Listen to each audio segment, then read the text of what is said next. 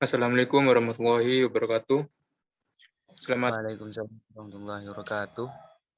selamat siang semuanya. Sebelumnya perkenalkan nama saya Muhammad Zainal Ikhwan dengan NIM 2102516048667 dan yang terhormat kepada Bapak Muhammad Rizal Ramadan, SPDI MPD selaku dosen pengampu mata kuliah PAI. Dan untuk teman-teman sekalian, saya ingin berterima kasih banyak atas kesempatannya untuk meluangkan waktu sedikit dan bergabung pada forum ini. Di sini saya akan menjelaskan beberapa hal penting yang terkait dengan kelahiran atau bulan kelahiran Nabi Muhammad SAW.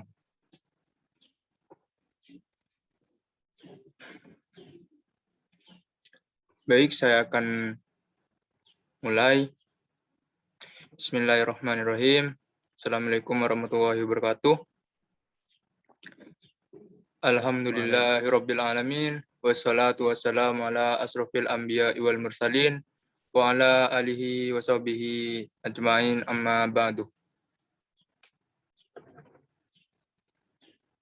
Pertama-tama, marilah kita panjatkan puji syukur kehadirat Allah Subhanahu wa taala yang telah melimpahkan rahmat, taufik, hidayah dan inayahnya kepada kita semua sehingga dapat berkumpul pada forum pagi hari ini atau menjelang siang hari ini dalam keadaan sehat walafiat.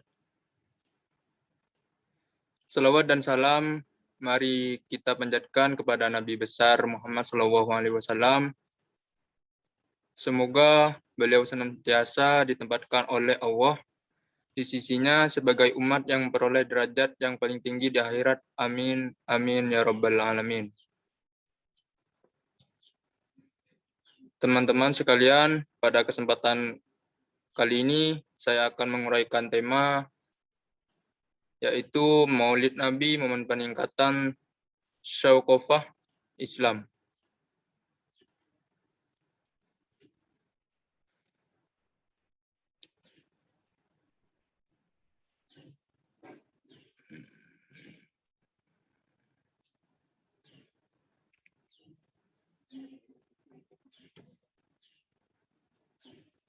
Bismillahirrahmanirrahim.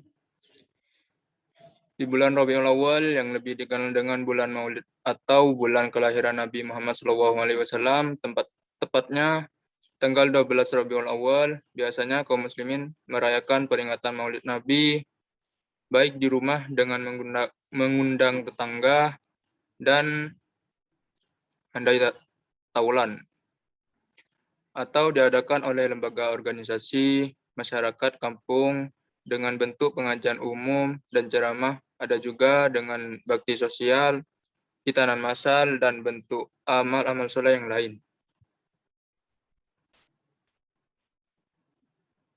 Yang menjadi pertanyaan, pernahkah Nabi Muhammad merayakan peringatan maulidnya?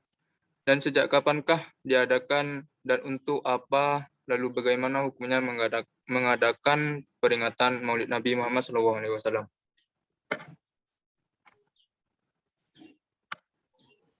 Teman-teman sekalian, jika menelusuri sejarah, ternyata Nabi Muhammad SAW belum pernah merayakan hari ulang tahunnya dengan upacara dan acara. Rasulullah memperingati kelahirannya dengan berpuasa. Suatu ketika Nabi Muhammad SAW ditanya oleh sahabatnya yang berbunyi, "Wahai Rasul, mengapa engkau berpuasa hari Senin?" Kemudian Rasulullah menjawab, "Pada hari Senin itu aku dilahirkan." Dengan demikian, Nabi Muhammad SAW merayakannya dengan puasa yang kemudian di masyarakat kita dikenal dengan puasa weton atau puasa kelahiran. Namun, sejarah tidak pernah mencatat Rasulullah merayakan Maulid dengan mengundang orang lain untuk bacaan sholawat untuk bacaan berjanji dan pengajian umum. Nah, apakah kalau Nabi Muhammad SAW sahabat tidak pernah mengadakan peringatan Maulid ini berarti mengada-ngada, dan apakah termasuk bid'ah? Teman-teman sekalian, mari kita mengkaji hukum peringatan Maulid Nabi Muhammad SAW dalam sebuah kitab yang ditulis oleh Imam Jalaluddin Asy-Syuyuti yang berjudul Husnul Maqasid fil Amal al-Mawalid. Dijelaskan bahwa di zaman Rasulullah dan Khulafaur Rasyidin memang belum diadakan peringatan dalam bentuk upacara.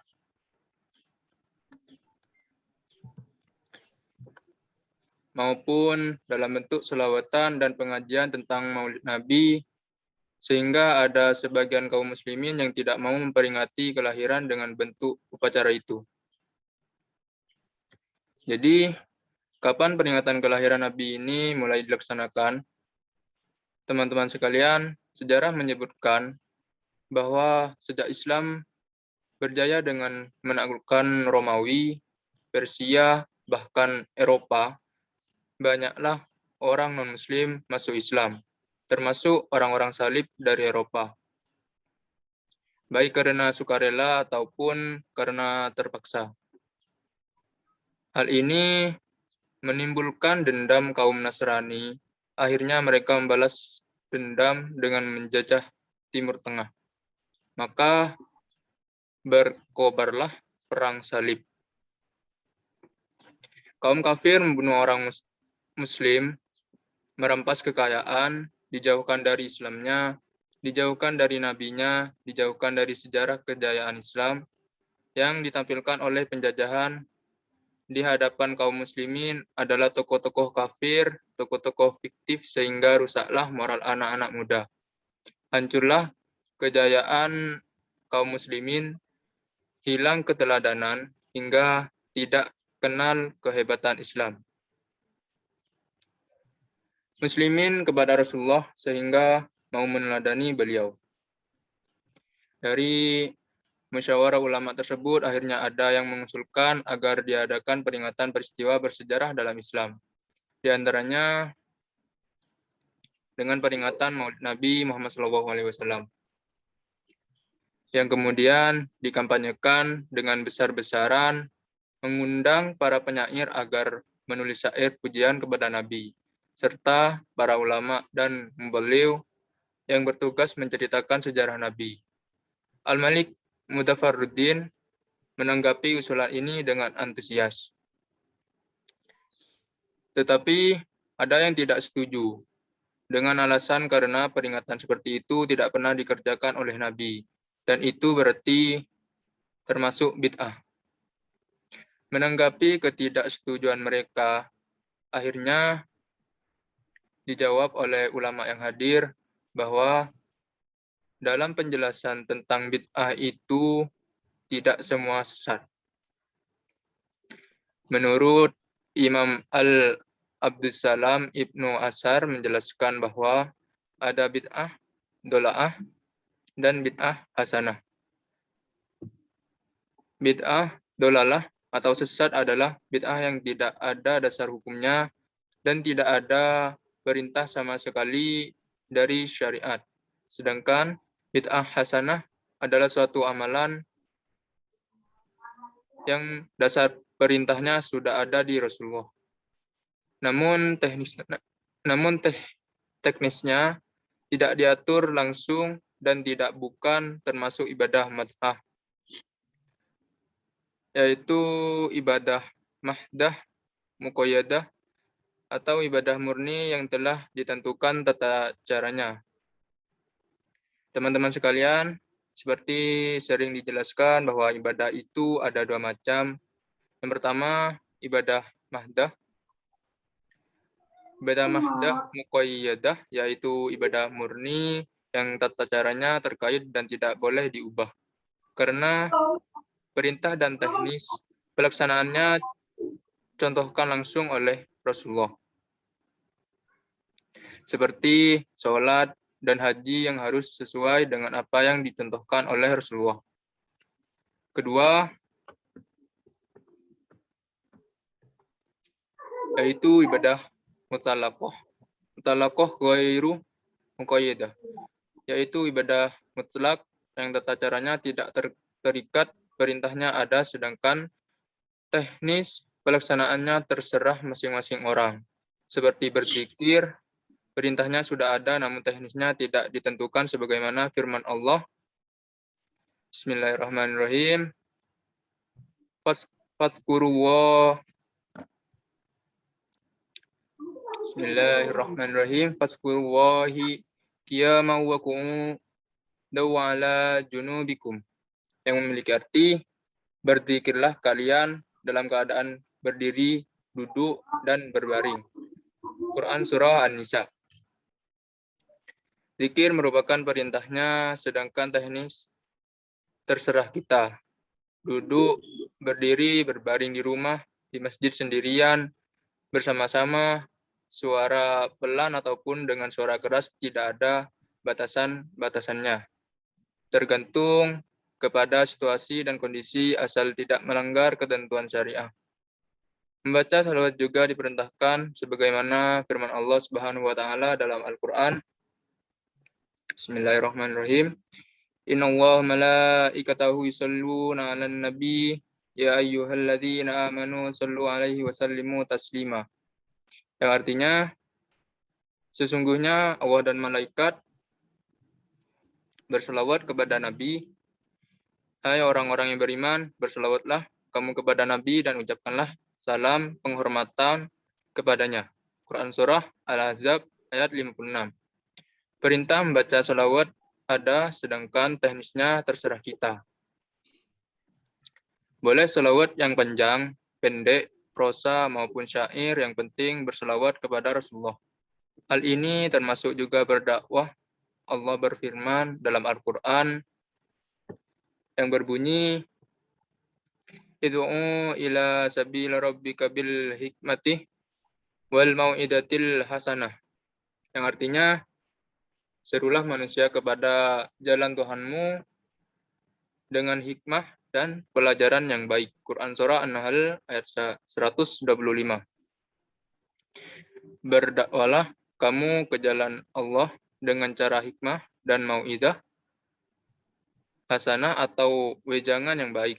Perintahnya ada, sedangkan teknik pelaksanaannya terserah kita. Boleh dalam bentuk pengajian umum, pengajian rutin di masjid, ataupun media TV, radio, koran, majalah diskusi, maupun seminar, semuanya dipersilahkan. Yang penting momentum dan misinya adalah berdakwah. Teman-teman sekalian, peringatan Maulid Nabi yang diisi dengan pembacaan selawat kepada Rasul, pengajian umum, ceramah tentang kesadaran terhadap Islam, membaca sejarah Nabi, amal soleh, bakti sosial, khitanan massal, dan lain-lain itu merupakan ibadah mutlaqah, ghairu muqayyadah, atau ibadah yang mutlak dan tidak terikat tata caranya, di mana perintahnya ada sedangkan pelaksanaannya terserah kita. Maka dengan demikian, mengadakan peringatan Maulid Nabi yang diisi dengan pembacaan selawat, pengajian umum, dan perbuatan yang baik bukan termasuk bid'ah dalalah, tapi merupakan amrum muhtasan, yaitu sesuatu yang dianggap baik, dan kalau dilakukan secara ikhlas karena Allah, maka akan mendapatkan pahalanya. Demikian juga Sayyid Alwi Al-Maliki Al-Hassani menjelaskan dalam kitab Muhtasar Sirah Nabawiyah bahwa memperingati Maulid Nabi bukan bid'ah dalalah, tetapi sesuatu yang baik. Teman-teman sekalian, ulama yang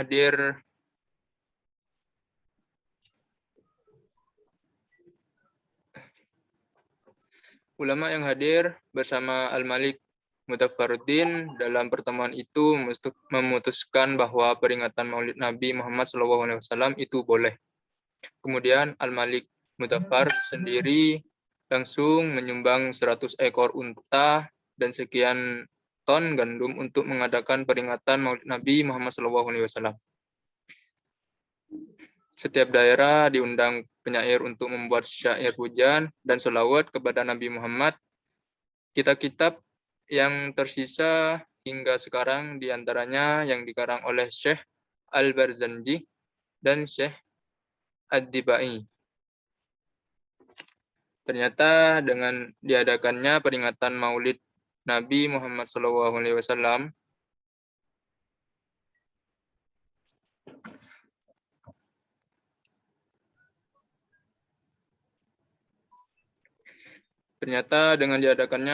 Maulid Nabi Muhammad SAW ini sangat efektif untuk menyadarkan kaum muslimin cinta kepada Rasul, sehingga seorang pemuda bernama Salahuddin Al-Ayyubi menggalang anak-anak muda, dilatih fisiknya, disadarkan cinta Rasul, diajak membebaskan diri dari penjajahan tentara salib. Akhirnya Askar Islam bersama Panglima Salahuddin Al-Ayyubi bisa memenangkan perang salib pada tahun 580 Hijriah. Sejak tahun itulah peringatan Maulid Nabi Muhammad SAW diadakan oleh negara muslim lainnya. Mudah-mudahan dengan peringatan Maulid Nabi ini kita semakin cinta kepada Rasulullah SAW.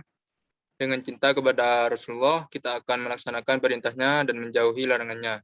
Dan kita termasuk orang yang menghidupkan sunnah Rasulullah SAW.